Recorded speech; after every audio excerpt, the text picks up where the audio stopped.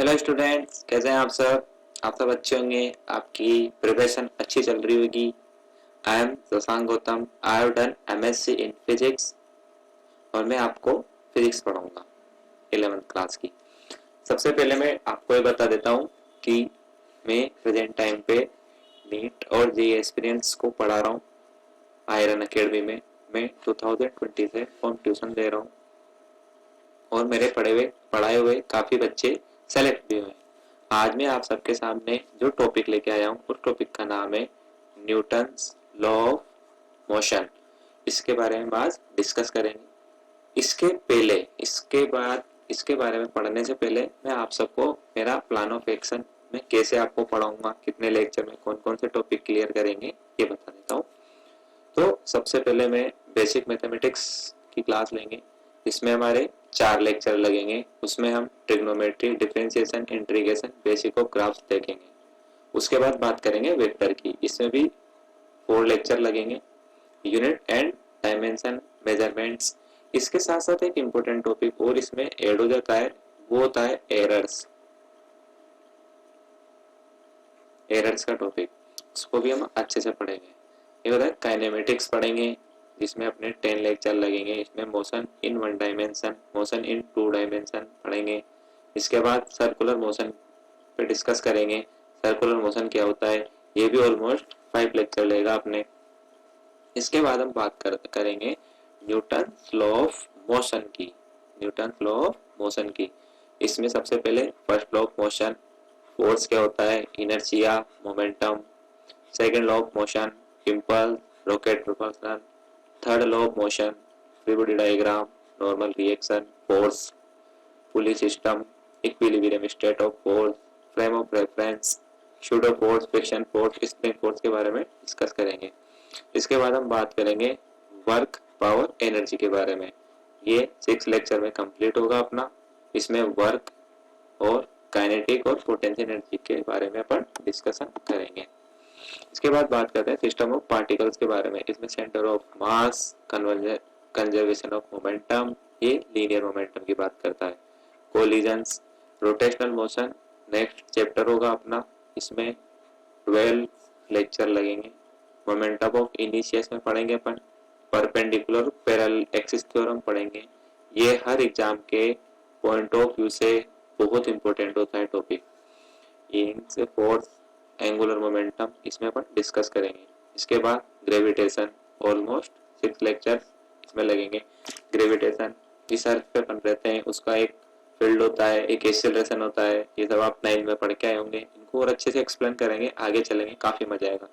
Law of gravitation, gravitation field, gravitation potential energy, escape velocity, motion of satellite जो अपन भेजते हैं ना orbit में। इसरो अभी लेटेस्ट चंद्रयान भेजा था, वो कैसे मूव करते हैं। इसके बाद हम बात करेंगे इलास्टिसिटी पे। ये 3 लेक्चर्स होंगे इसमें कंप्लीट। प्रॉपर्टीज ऑफ सॉलिड की बात करेंगे, स्ट्रेस की बात करेंगे, स्ट्रेन की बात करेंगे। स्ट्रेस अपना स्ट्रेस नहीं है, ये सॉलिड की एक प्रॉपर्टी होती है, उसे स्ट्रेस बोलते हैं। मैकेनिकल प्रॉपर्टी ऑफ फ्लूइड्स, इसमें 7 लेक्चर लगेंगे। Upthrust force, Bernoulli's theorem, viscosity, Stokes theorem, terminal velocity, surface tension के बारे में डिस्कस करेंगे। इसके बाद thermal properties of matter, almost 5 lecture. Thermal expansion, calorimetry, heat transfer के बारे में अपन डिस्कस करेंगे। फर्दर थर्मोडायनेमिक्स की बात करेंगे अपन। थर्मोडायनेमिक्स इसमें 4 लेक्चर लगेंगे।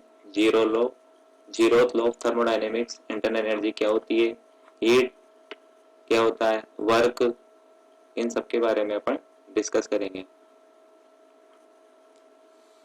अब इसके बाद हम बात करते हैं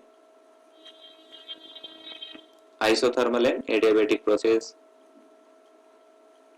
जी, फर्स्ट लॉ ऑफ थर्मोडायनेमिक्स के बाद isothermal adiabatic process, second law of thermodynamics, Carnot heat engine, इनके बारे में डिस्कस करेंगे।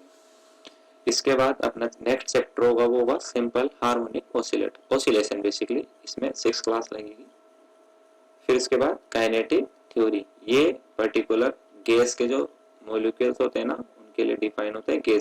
गैसेस के जो मॉलिक्यूल्स होते हैं उनके लिए kinetic theory of gases molecules, ये हम पढ़ेंगे। इसके बाद theory of wave, almost 9 online lecture में कंप्लीट करेंगे।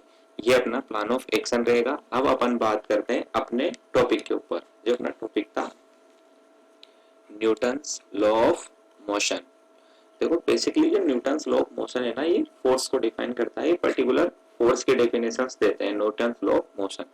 तो सबसे पहले इसको पढ़ने से पहले हमें ये पता होना चाहिए कि फोर्स बेसिकली होता क्या है। तो फोर्स क्या होता है, जैसा कि हम डायनेमिक्स में पढ़ चुके हैं, हमने देखा डायनेमिक्स में हम किसी स्टोन को ऊपर की तरफ फेंकते हैं या फिर कोई गाड़ी मूव कर रही है, कोई व्हील घूम रहा है या फिर अपन चल रहे हैं, स्पीड चेंज हो रही है, वेलोसिटी चेंज हो रही है। तो जो वेलोसिटी में चेंज होता है ना, वो जब हम उस बॉडी पे फोर्स लगाते हैं तब होता है।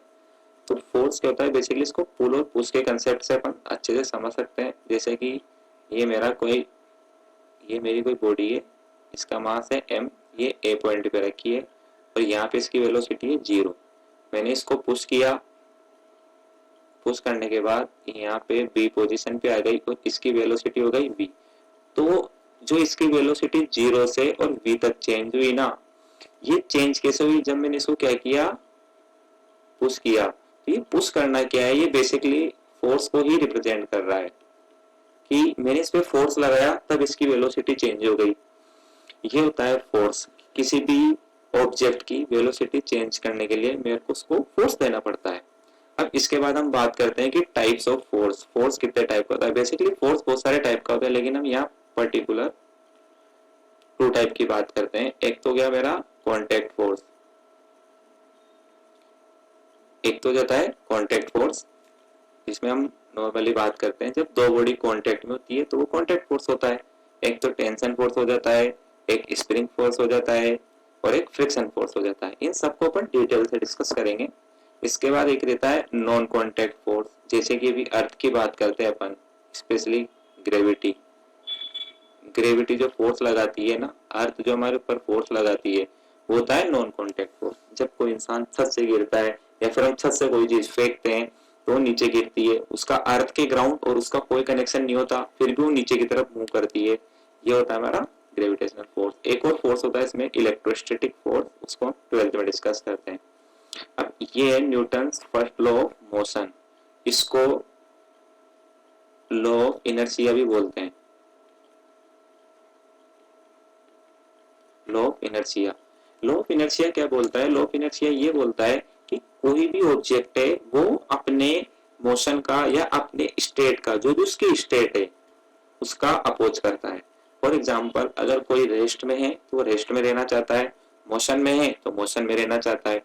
और अगर हम उसकी स्टेट चेंज करते हैं तो हमें उसे फोर्स देना पड़ेगा। फोर्स देने के बाद वो अपनी स्टेट चेंज कर लेता है। पार्टिकल मोशन में तो उसे रेस्ट में ला सकते हैं और रेस्ट में तो मोशन में ला सकते हैं बाई फोर्स। या फिर इसको ऐसे समझ लो कि अगर कोई पार्टिकल रेस्ट में है और हम उसे मोशन में लाना चाहते हैं तो हमें उस पर फोर्स अप्लाई करना पड़ेगा, और कोई मोशन में और हम उसे रोकना चाहते हैं तो हमें फोर्स अप्लाई करना पड़ेगा। Thank you guys.